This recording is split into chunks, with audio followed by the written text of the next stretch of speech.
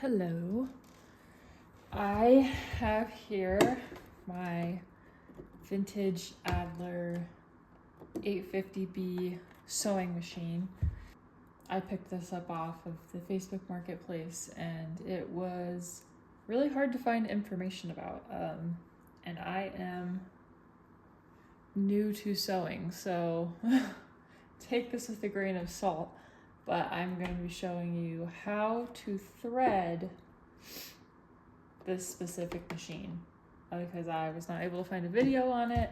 I was able to find the manual on Etsy, which I can link in the bio to purchase, because this didn't come with it, unfortunately, but it didn't have a ton of information. It's a little hard to follow.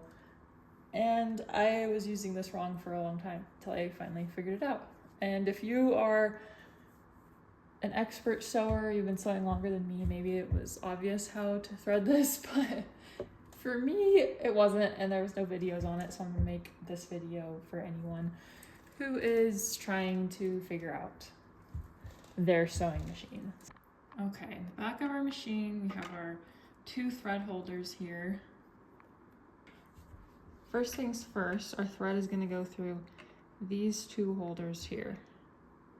Whether it's top or bottom, I don't know. But it's just gonna thread through like that. Okay. And from this top thread, we need to go around here. And if you can see, there are 2 plates that you want to be getting in between there. This one, it's not very hard to get in between the plates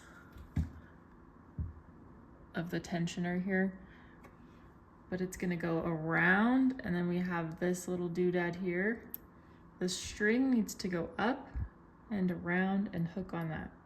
So when you pull it, it needs to dance. That's what I've heard from other videos. So our little guy is dancing there. And there's this little hole here that our thread needs to go through.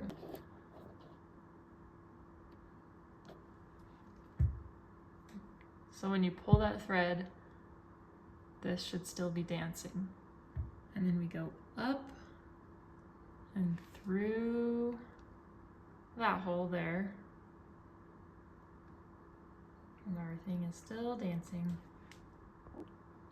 Okay. And now we're gonna go towards the left through our arm. Once we're through our arm, we're gonna go down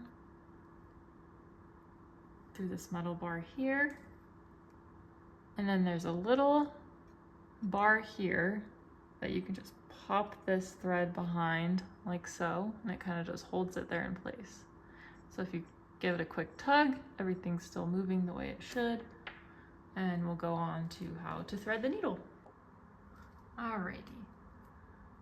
So we'll grab our string, and we're gonna wanna loop it around here so that it's held in place there, and then we can thread our needle. So I'm just threading it in here from the left to the right, and it's a lot easier to thread your machine if everything, your needle is up, your arm is up, everything is up.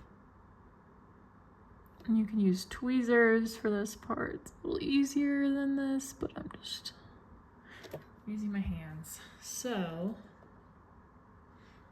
there we go, my needle is threaded. So I'm just pulling that and leaving it back there. Okay, now we're gonna go on to threading the bobbin. So our bobbin, if you slide this out, is right below here. I pull a little lever and grab that out of our white thread here and our bobbin. Usually pop that through here and then pull the string up and around. All right, so that pulls through that little window right there. put this back in, pull the lever again, stick it in there, okay. And as you can see, it's in there and it's coming through. This is the part that I struggle with, is getting this to, getting the needle thread and the bobbin thread to connect. Okay, so I have that all in. I'm just gonna manually grab this and see. Okay, I did it. So if you can see there, probably not the best quality, but we've got a loop there. So that is what it needs to be there. And she is ready to sew.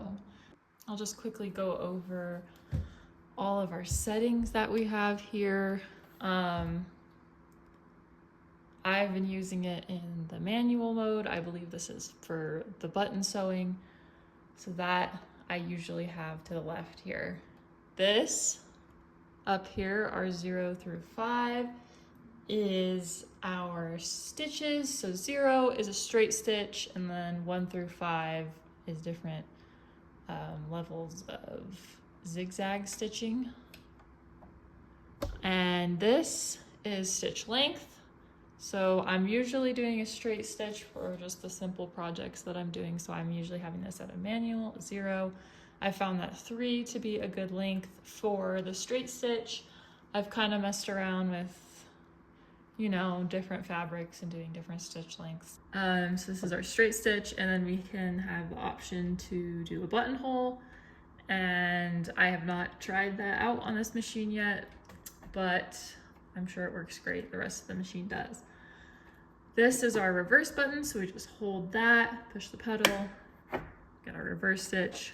This button here on the side is our light. I have heard that some people get this machine and the light is out and they're unable to find it because they're looking for a sewing machine replacement bulb, but I have heard from other people to try and look for a mechanic light bulb. Yes, but I haven't had to replace that yet, luckily. It's still working great on mine. So that's our light.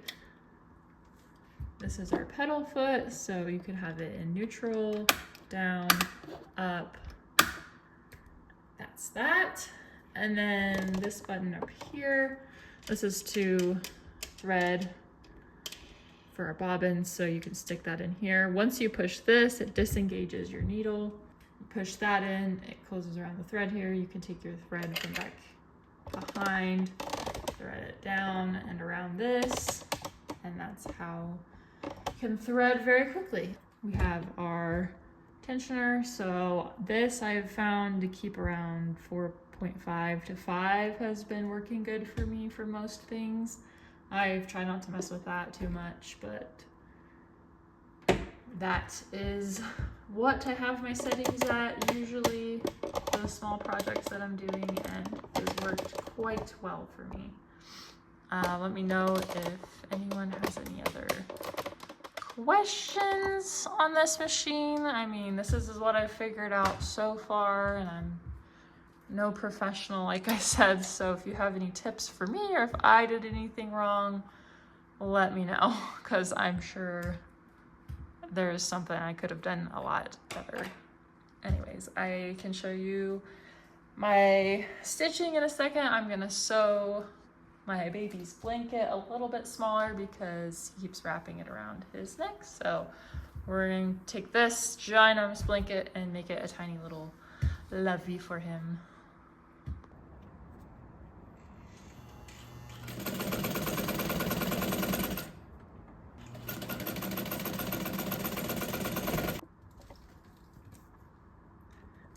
Okay, and there's the stitches. Creates a nice even straight stitch. Alrighty.